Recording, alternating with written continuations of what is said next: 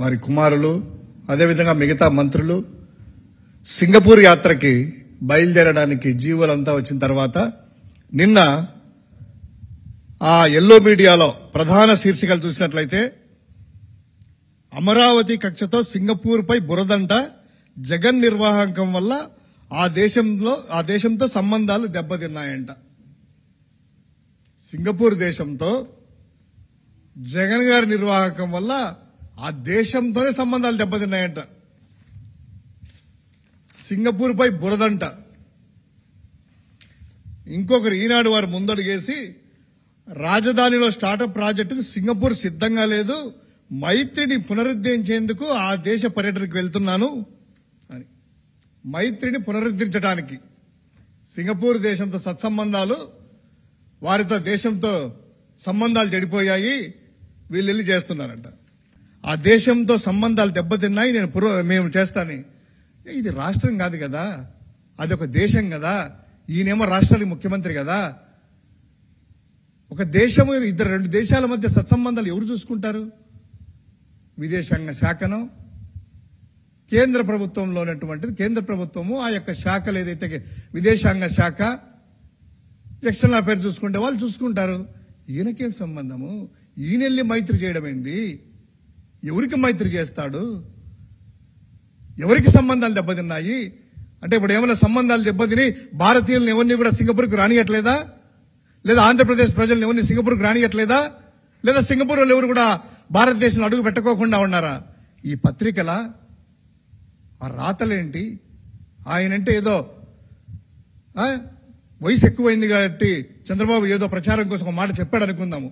కనీస జ్ఞానం ఉండాలి కదా. ఒక దేశం ఇంకో దేశంతో సంబంధాలు పెట్టుకోవాలన్నా, దౌత్రి చేయాలన్నా, మైత్రి చేసుకోవాలన్నా, దౌత్య సంబంధాలు మెరుగుపరుచుకోవాలన్నా విదేశాంగ శాఖ ఉంటుంది, ఎక్స్టర్నల్ అఫైర్స్ మినిస్ట్రీ ఉంటుంది, కేంద్ర ప్రభుత్వంలో ఉన్నటువంటిది. ఈయనెల్లడమేంది? ఆ దేశంతో సంబంధాలేంటి? ఈయన ఏమన్నా ప్రధానమంత్రి అనుకుంటున్నారా? లేదా విదేశాంగ శాఖ మంత్రి అనుకుంటున్నారా? నాకైతే అర్థం కావట్లేదు. ఇదేంటి మరి ఈ రాతలు రాయడం ఏంటి, వాళ్ళు చెప్పడం ఏంటి అనేటువంటిది.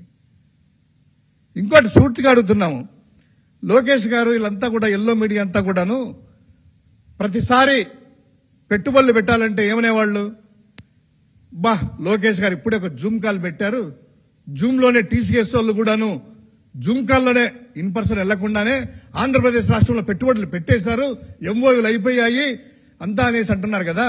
లేదా లోకేష్ గారు ఒక ఫోన్ కొట్టగానే అబ్బో ఎంత సీఈఓ అయినా కూడా చంద్రబాబు గారు ముఖం చూస్తానే మమ్మల్ని చూస్తారని నమ్మకం ఉంది మా మీద, మేము ఫోన్ కొట్టగానే వచ్చి పెట్టుబడులు పెడతారు అంటున్నారు కదా. మరి ఇప్పుడు రాష్ట్రంలో ఖరీఫ్ మొదలైంది, ఎరువులు లేక, రైతన్నలు అన్నదాత సుఖీభవ లేక, పంటలకి అకాలంగా కొన్ని జిల్లాల్లో పంటలు నష్టపోయేలా ఉంటే, ఆ రైతన్నలకు యూరియా కూడా ఇచ్చేలేని పరిస్థితుల్లో ఉంటే, మీరేమో 2 డజన్ల మందిని దాదాపు 25 మంది బృందంతో సింగపూర్ వెళ్తా ఉన్నారు. జూమ్ లో పెట్టుకోవచ్చు కదా ఆ పెట్టుబడులు, లేదా దౌత్య సంబంధాలా, లేకపోతే ఇంకొకట, లేదా ఈశ్వరుని పలకరించడానిక?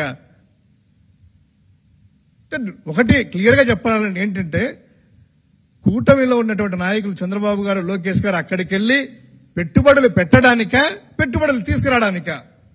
ఎందుకంటే సింగపూర్ అంటే అవినాభావ సంబంధం ఉంది కదా బాబు గారికి. ప్రతిసారి సింగపూర్ సింగపూర్ సింగపూర్ అంటా ఉంటారు. సింగపూర్ లో పెట్టుబడి పెట్టడానికి వెళ్తున్నారా, లేదా అక్కడి నుంచి ఇక్కడ పెట్టుబడులు తీసుకురావడానికి వెళ్తున్నారా? ఒకవేళ పెట్టుబడులు తీసుకురావడానికి అంటే మీ బృందం అంతా కూడాను ఈ సంవత్సరమే అనుకుంటాను దావోస్కి వెళ్ళింది, గత సంవత్సరం కరెక్ట్ గా. ఆ దావోస్కి వెళ్ళినప్పుడు వెళ్ళారు కదా, దాదాపు అందరూ కూడాను ఒక్క చిల్లి గవ్వైన పెట్టుబడి తీసుకొని వచ్చారా? మళ్ళా ఎలివేషన్స్ ఏమో పెద్ద అయినట, -4 డిగ్రీల చలికంట వెళ్లారట. తప్పులేదు, పెట్టుబడులు తీసుకురావడానికి తిరగడంలో తప్పులేదు, ఎవరైనా కూడాను ప్రయత్నం చేయడంలో తప్పులేదు. కానీ ఈ గ్యాస్ ఎందుకు? ఈ గ్యాస్ ఎందుకు? దౌత్యాలు ఎందుకు? మైత్రి చేయడానికంట. 2 రాష్ట్రాల సంబంధాలు, అది రాష్ట్రం కాదే, దేశమే. నీకు పవర్స్ లేవే ఏదన్నా డెలిగేషన్ చేయడానికి కూడా ఆంధ్రప్రదేశ్ భారతదేశ ప్రభుత్వం తరఫున? ఎందుకు ఈ గ్యాస్? ప్రజలందరూ కూడా ఇంకా అమాయకంగా అనుకుంటున్నారా? మీ డైవర్షన్ పాలిటిక్స్ దగ్గర నుంచి ఏవి జరిగినా జగన్మోహన్ రెడ్డి గారికి అంటగట్టడం అనేటువంటిది ఇకనైనా మానుకోకపోతే ఇప్పటికే ప్రజల్లో బాగా పలచబడ్డారు. అమరావతి సింగపూర్ అంటానే ప్రతి ఒక్కరికి తెలుసు. అమరావతిలో రైతులకి భూములు ఇచ్చిన రైతులందరూ కూడాను ఈశ్వరునే గుర్తొస్తాడు. పాపం ఏమయ్యాడో ఈశ్వర్ మరి, ఆ ఈశ్వరుని కథ ఈయన సవాసం బట్టి ఏమయ్యాడో తెలియదు. కానీ సో ఇటువంటి కథనాలు రాసే వాళ్ళకైనా కాస్త ఇంగిత జ్ఞానం ఉండాలని, వాళ్ళకి ఎటు ఉండదులేండి, అది ఉంటే ఇట్లెందుకు రాస్తారు కానీ అనేసి ఆశించడమే మనకు తప్పు.